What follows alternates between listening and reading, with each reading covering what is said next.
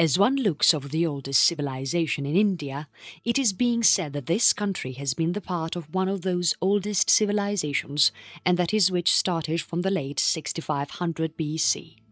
From part of those 500,000 years ago, there had been many of those attackers who actually visited to make their own ruling place, but India and its religions always managed to get through such problems, thus making India an independent country now. So basically, this can be said that India has always been in that category of too much powerful and complicated to get ruled by any other ruler for so much long. Also, as we look over those archaeological reports, it is being said that India can actually be divided into 5 different phases of time, which includes Saraswati civilization, also known as Harappan evolution or Vedic period, that is believed to be lasted from 6500 BC to 1000 BC. After that comes Golden Period in history of India, lasted from 500 BC to 800 AD. Moving along, which comes Muslim influence towards India dated from 1000 AD to 1700 AD. And then comes British rule in India from the date of 1700 AD to 1947. After which comes modern India that one look over for till now. Ancient India.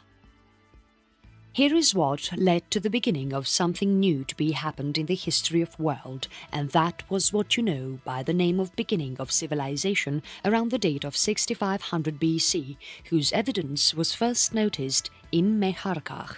Also, it is being said that this evidence was actually one of the earliest evidence which tells about the world's earliest human sanctuary. Mehrkagh was considered as the earliest and one of those largest urban locations of that period, where there was also found the evidence to domestic life, beginning of agriculture and also arts and crafts.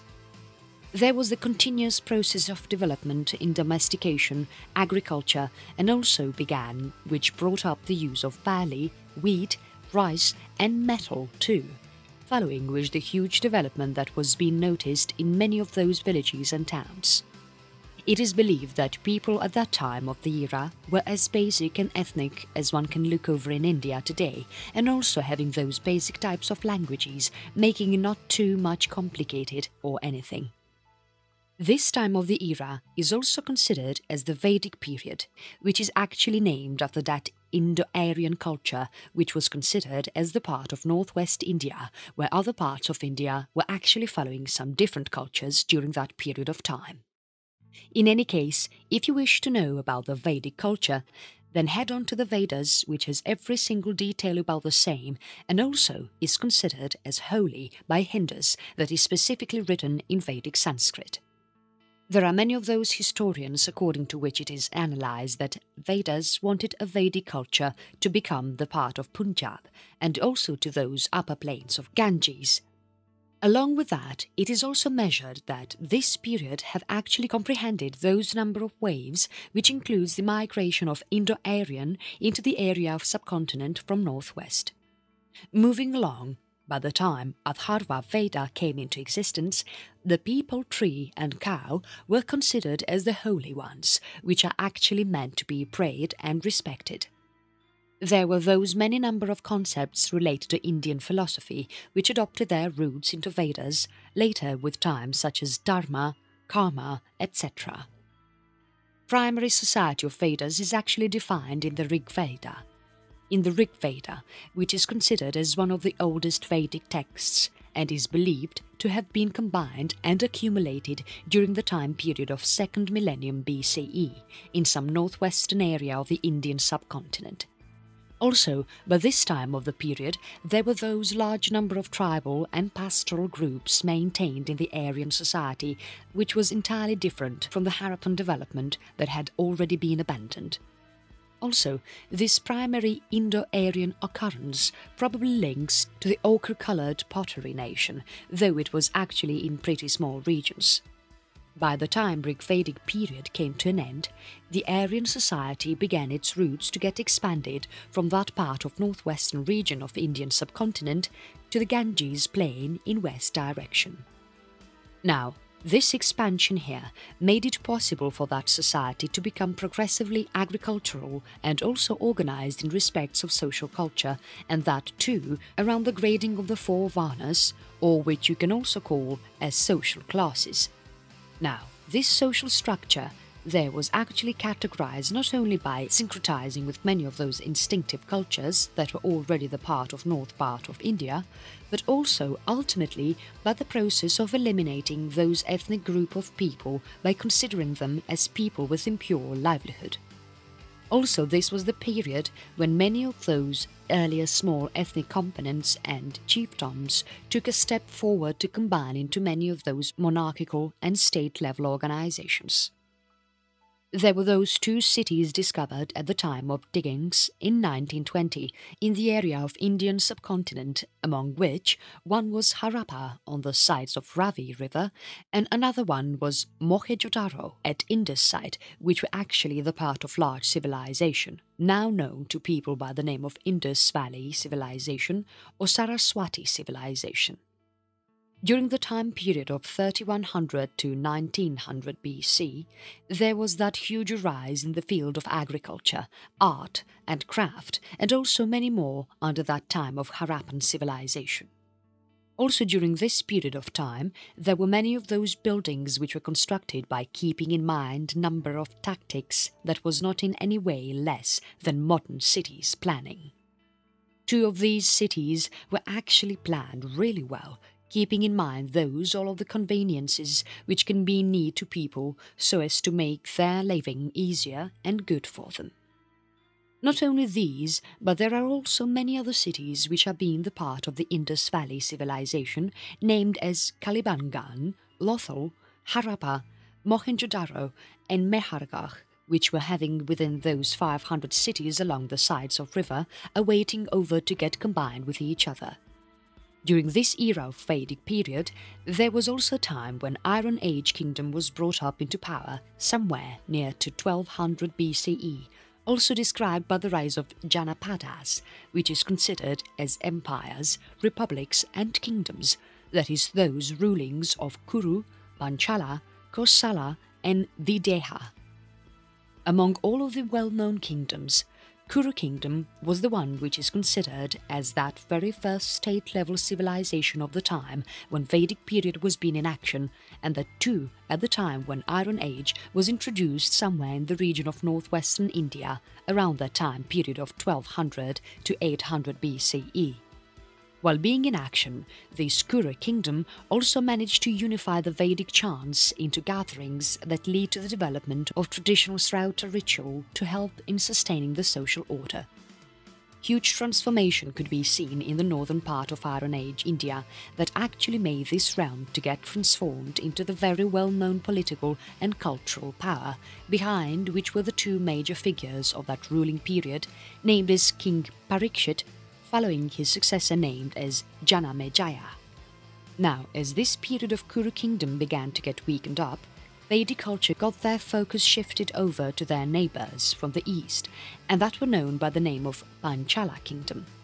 There were also that grey ware culture painted and brought in light by the art of archaeology, which managed to get thrived into the regions of Haryana and western Uttar Pradesh from north side of India at around the time of 1100 to 600 BCE, and also is believed to resemble to the above-mentioned kingdoms, that is Kuru and Panchala.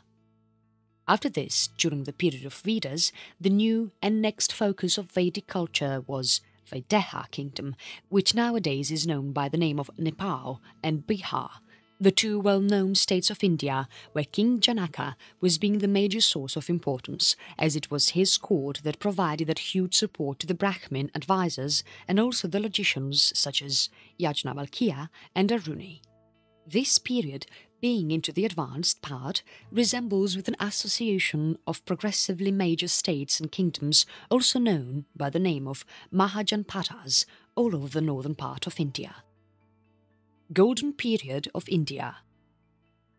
With the time passing by, there was those large number of changes taking place in the history of India, and which also included the introduction of Buddhism and Jainism, the major reason behind which was the Shramana movement, when Upanishads were written for the very first time. After the time of 500 BCE, there was that new second urbanization which made a quick start, with many of those expenditures taking a rise at Ganges plain. Also, during the time of late Vedic period, there were many of those other kingdoms and empires which had their control maintained on the subcontinent, as mentioned in many of the Vedic, Jaina and Buddhist cultures, among which were Kashi, Anga, Kosala, Magadha, Vaji, or which is also known as Vriji, Chedi, Mala, Vatsa, also known as Vamsa, Panchala, Kuru, Matsya or Matcha, Asaka, Shurasena, Avanti, Gandhara and Cambodia. Were part of whole of the ruling system, this rise was also being considered as that second major ruling experienced by the same period after Indus Valley civilization. There are many of those minor tribes which are stated in the reports of initial literature that are believed to be there through whole of the rest part of the subcontinent. Among these many of the empires, there were some of the kings which were inherited, and while many of those chose to nominate their rulers. Many of those initial republics, such as the one named as Vaiti, also known as Vriji, association was fixed to the city of Vaishali, that developed at the time of early 6th century BCE, and continued to be ruling in many of those areas until the time of 4th century CE. Most of the educated and cultured speech at that period of time was considered as Sanskrit, and while, on the other hand, languages in northern part of India was Prakrits, that was used by most of the general population in there. Now, as the time approached by, most of these 16 empires got merged to become the 4 major parts by the time of 500 or 400 BCE, and that too during the period of Gautama Buddha, named as Vatsa, Avanti, Kosala and Magadha. Also, it is believed that major part of life of Gautama Buddha was at most related with these 4 kingdoms only, making it being counted as the most important part of their life. After this, there was that huge configuration of Upanishads witnessed around the time period of 800 to 400 BCE, which are considered as the abstract base for the development and main tenets of traditional Hinduism, and are known by the name of Vedanta, which is said to be the assumption of the Vedas. There was a time when these Upanishads also brought over an issue to launch attacks so as to increase the strength on that same ritual and religion, and the one who was seen worshipping some religion which is other than the self was considered as some domestic animal of gods in the reports of Brihadaranyaka Upanishad. On the other hand, Mundaka launched one of those most sarcastic attacks on the customary by relating people who raid sacrifice with some insecure kind of boat, which was limitlessly surpassed by old age and death. This continuous rate of growth in the urbanization of India during the time period of 7th and 6th centuries BCE brought a huge growth to new ascetic or Shramana movements that came up to challenge the tradition of rituals, major icons behind which were Mahavira, the supporter of Jainism, and Gautama Buddha, the founder of Buddhism. This movement of Shramana also came up with the concept of the cycle of birth and death, samsara, and the idea of freedom. During this very time, there was also that religion of Jainism spreaded by Mahavira to the whole of the world out there. Maurya Empire. Now, as the time passed by, there was that new rise seen in the form of Maurya Empire during the time of 322 to 185 BCE, which is considered as that solo and very first empire throughout which made India get united into one state, also being the largest on the Indian subcontinent. This was empire which made its roots get extended to many of those parts, getting over to the upper north towards the boundaries of Himalayas and moving along towards the east, where nowadays one can find Assam emerging. Also, it extended towards the west, passing over all of the boundaries of Pakistan to the area where one can now look for Afghanistan. The major hand behind the establishment of this empire was Chandragupta Maurya, with the assistance by Chanakya in the area of Magadha, where one can nowadays find modern Bihar emerging its roots. After Chandragupta, it was his son Bindusara who took hold of the powers and thus made them all grow all over the area, which was made possible by the time he died in 272 BCE. There was a large part of subcontinent that could be seen under Maurya Empire. Now, as the time was moving by, Bindusara also got defeated by Ashoka in 272 BCE, whose rule then lasted for around 37 long years, that is until the date of his death, which is 232 BCE. Ashoka, during his time of ruling, came up with a movement that was in contradiction of the Kalingans at around 260 BCE, which turned out to be effective and thus led to that great amount of loss in terms of life and misery. After this movement, Ashoka was, though not so happy, and so which made him to avoid violence and thus also made him to embrace Buddhism. And soon after his death, there was not so much of growth in his empire, as the very last Mauryan ruler, named as Brihadratha, was murdered by Pushyamitra Shunga, so as to begin with the Shunga Empire. Kushan dynasty. Soon after the Mauryan Empire came to an end, during the time of 2nd century, there was that huge mixture of regional powers that could be seen in the part of South Asia. Also, the northwestern part of India could be seen getting more of the attackers at the time 200 and 300 BC.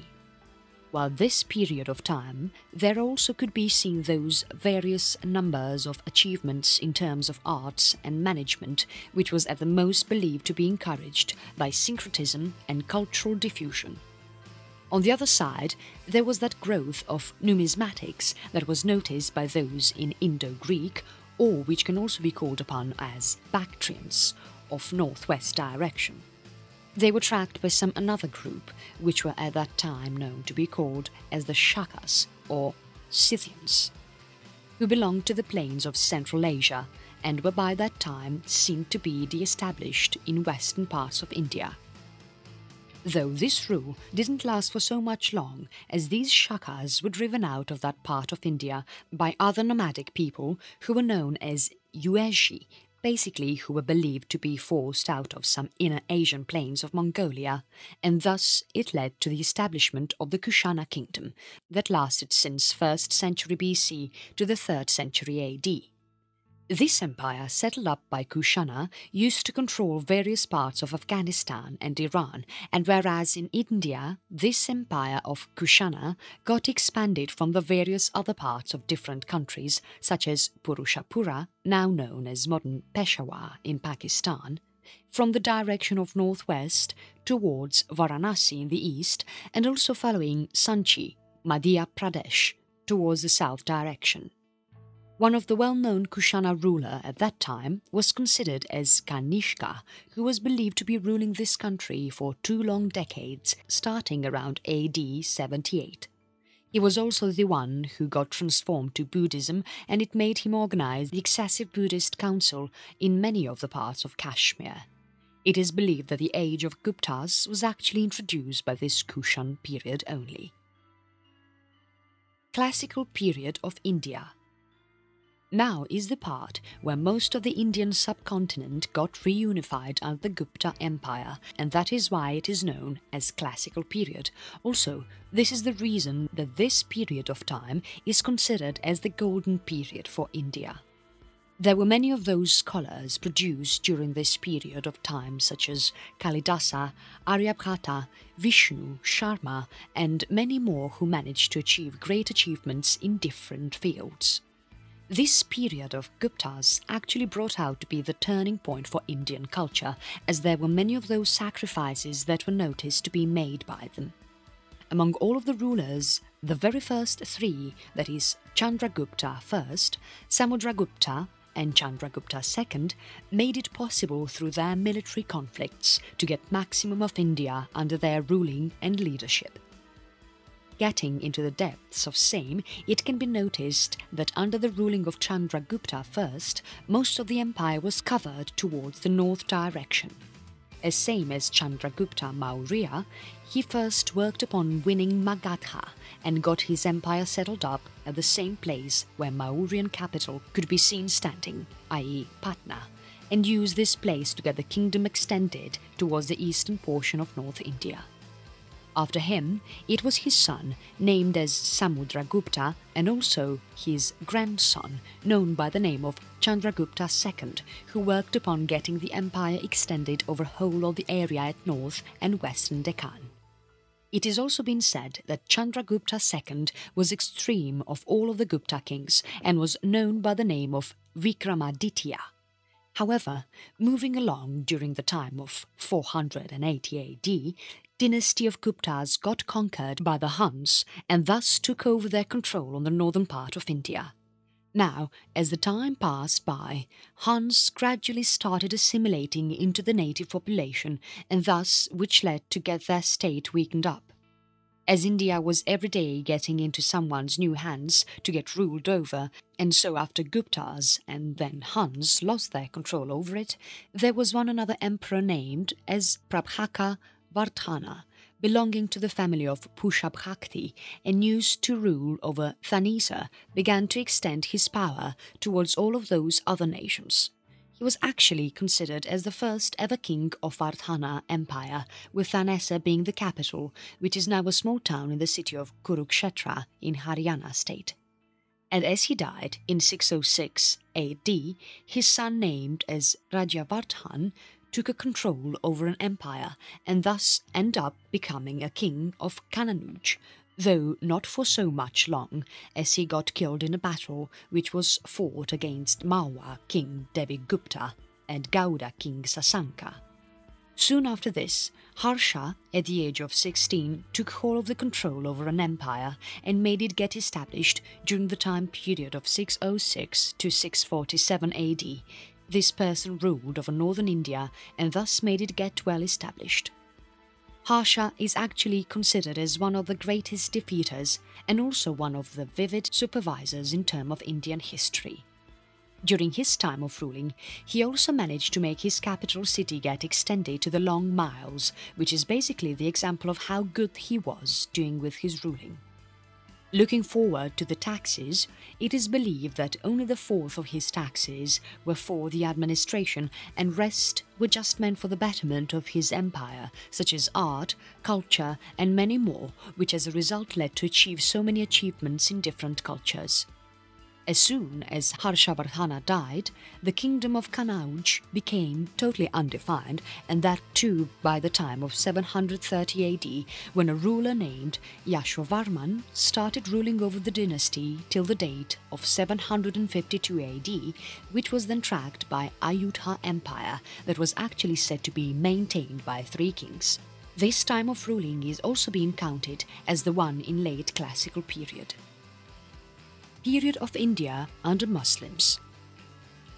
Now, this period in here is also been counted as the one which people can call as the medieval period or early modern period, as was majorly known due to the Muslim existence in India, where many of the Muslim nomadic bands entered into natural Indian elites which made Rajput to resist Muslim conquests and thus brought up with 3 different cultures and dynasties of Hindu, Muslim and Sikh, bringing over those many of the new military knowledge and techniques. Among many of those reasons of Muslim overthrow, the very major reason was spreading up of Islam.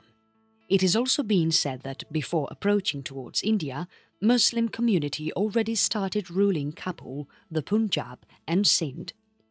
It is assumed that the biggest reason behind this attraction of Muslim towards India is wealth, and thus they got their way when some inter-rivalry was being noticed between those different territories in India.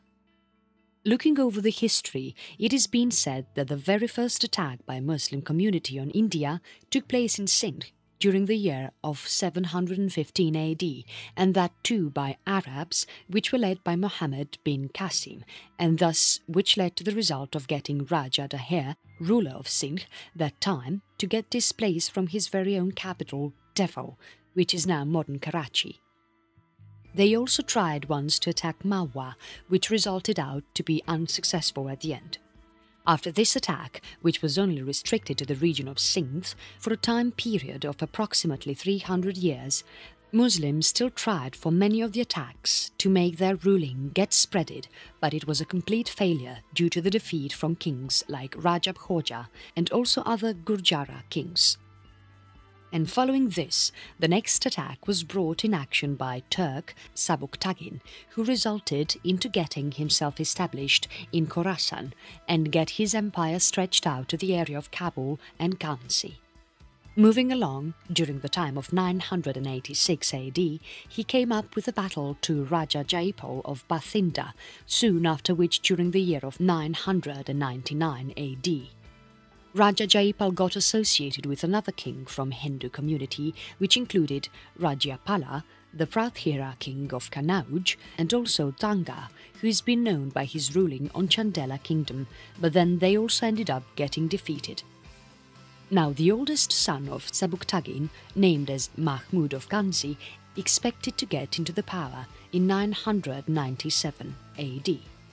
He was believed to be very much aware of whole of the wealth that he could attain by making many of the attacks happen in India, along with which he was the religious fanatic who always looked forward to find a way which can get Islam spreaded all over the India.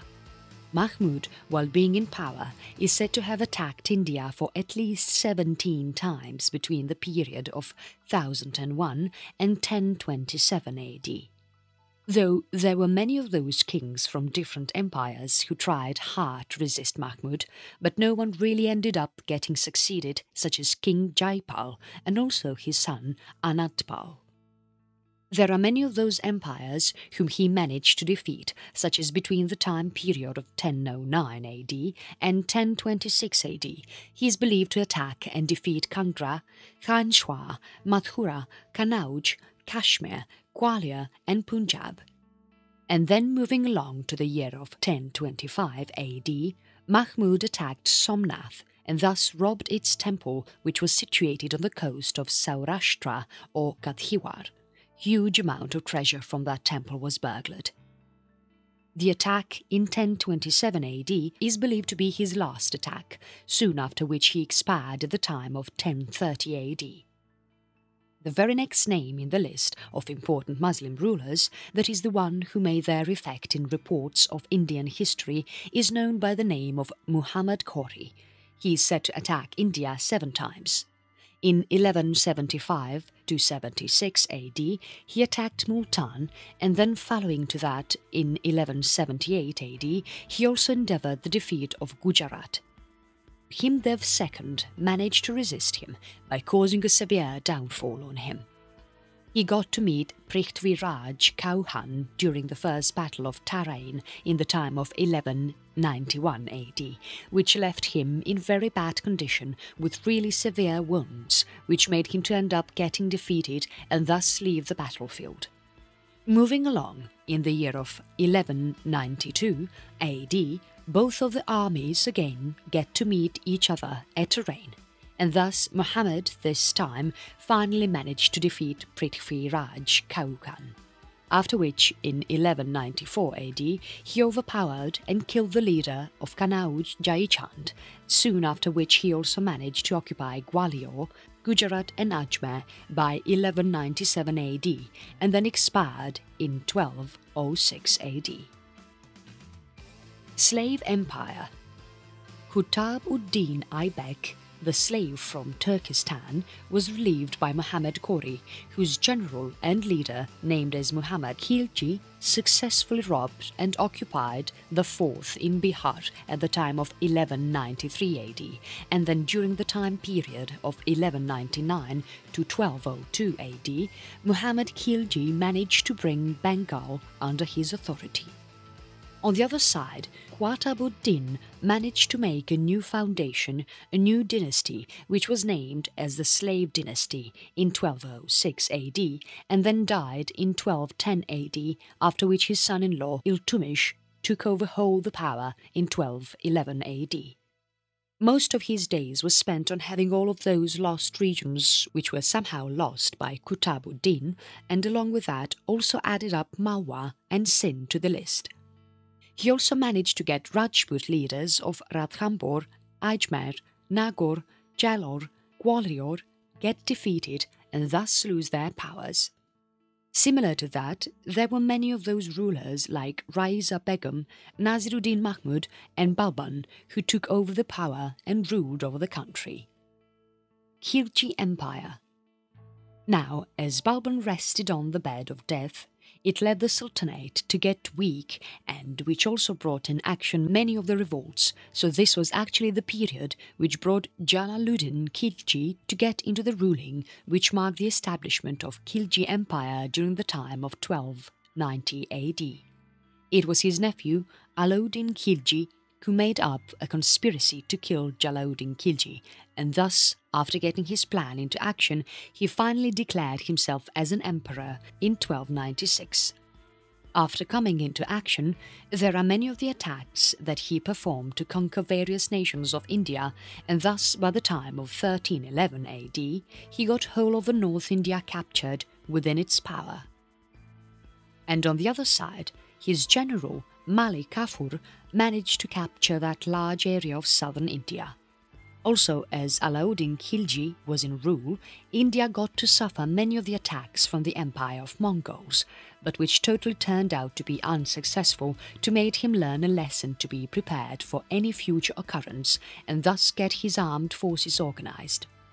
As Alauddin Khilji expired in 1316 AD, his third son was given a power to rule and manage the country, who was murdered by Khursu Khan, and which brought an end to Khilji dynasty. Shah and Sur dynasty. Along with this, there were many of the dynasties which came into power and left, such as Tughlaq dynasty, Lodhi dynasty, Mughal dynasty, and also the Shah and Sur dynasty, which is believed to last only for 5 years but has that unique landmark in the history of subcontinent of India. Shah was considered as one of the most capable armies and also the civilian managers. There were many of those improvements noticed in the time of his ruling, especially in terms of army and revenue management. Also, there were many of those civil works that were brought in action during his short period of ruling. Then, as soon as he died in 1545, his son, named as Islam Shah, came into action and ruled since 1553 AD, after which Muhammad Adil Shah came to rule. However, Muhammad Adil was not that capable to take the responsibility of becoming a good leader, and so his minister Hemu became that important part of empire and thus controlled whole of the kingdom. Modern India and independence. Well, now after so much of struggle, India was still not done with this ruling system, and which brought Britishers to get into power and rule over the country. Though there were not really that big number of British people in India earlier, but still they made it possible to have control over 2/3 of subcontinent. But this time, India was not really ready for having this done all over again by another country, and so they decided to fight back, fight for their independence, and thus make their country get a freedom which they always longed for. And this is what is counted as one of those most important events known by the name of Rise of Indian Nationalism, where Indians decided to fight for their own rights and their own rulings. The very first step which was taken by them towards this fight of independence was to get appointment of councillors, so that which can make it easy to guide the British Viceroy in 1861, and after making many of the efforts, they finally got a chance in 1909, with first Indian being appointed there. Also, there were many of the regional meetings where Indian were being included time to time, and on the other side contribution of councillors was consequently getting broadened up towards the legislative councils. Also, an army, a British Indian army, was constructed with British people being senior officers and the troops being selected as people from many of those small marginal groups, such as Gurkhas from Nepal and also the Sikhs. Along with that, there was an Indian nationalist leader named as Bal Gangadhar Tilak, who stated Swaraj, self-rule, as the purpose of any other country. There was this widespread sentence by him which said, "Swaraj is my birthright, and I shall have it," and thus this became that very important cause of motivation for every other Indian. Soon after some time, he got to find some new support to his work by making two other leaders raise up, which were named as Bipin Chandra Pal and Lala Lajpat Rai, with that same point of view as Tilak. On the other hand of project, many of those moderates which were led by the leaders named as Dadabhai Nauroji and Gopal Krishna Gokhale wanted to see the improvement done within the agenda of British rule. Also, the British people, on the other hand, decided to implement a technique of carrot and stick, and thus stood up to support India and also their nationalist demands during the time of First World War. From the time of 1920 onwards, there were many other leaders which came into light, such as Mahatma Gandhi, and became highly popular because of many of those mass movements that were brought into action against British Raj, while working with many of those peaceful approaches. Along with that, there were many of the approaches that were made by Gandhiji, such as beginning of independence movement, which was actually the opposing action for British rule, and that too using non-violent method, with movements like non-cooperation, civil disobedience and economic resistance. Revolutionary activities like these took place all through the British rule in the part of Indian subcontinent, and also, on the other side, there were some of the people making the aggressive attitude, like Indian National Army, that was actually being planned to get British rule overthrown by armed struggle itself. Now, moving over to the time of Second World War, which lasted from 1939 to 1945, India by this time was being organised by United Kingdom, where British people were the one holding regions in India, which also comprised of 500 independent princely states. There was a war declared in Germany by the British Army, for the preparation of which British Raj, being a part of the similar nations, forwarded around 2.5 million number of helper soldiers, so as to help them fighting under British command in contradiction of Axis rules. On the other side, the movement called Indian National Congress, which was brought in action by Sardar Vallabhbhai Patel, Mohandas Karamchand Gandhi and Maulana Azad, criticised Nazi Germany but decided not to attack them or anyone other by the date India gets its independence. After some time in August 1942, another movement was launched by Congress named as Quit India Movement, according to which there would be not any kind of cooperation with the government by the date freedom was approved. Though the government was ready for this, and so as a result of which they decided to arrest around 60,000 nationals and also the local leaders of Congress, and then took a step forward to overpower the fierce response of supporters of Congress. There were many of the main leaders of this movement who were kept behind the bars by British community by the date of June 1945, though Gandhiji was released by the date of May 1944 because of the bad condition of his health. With this action being taken, most of the Muslim Union prohibited to go with Quit India movement and decided to work faithfully with Raj experts.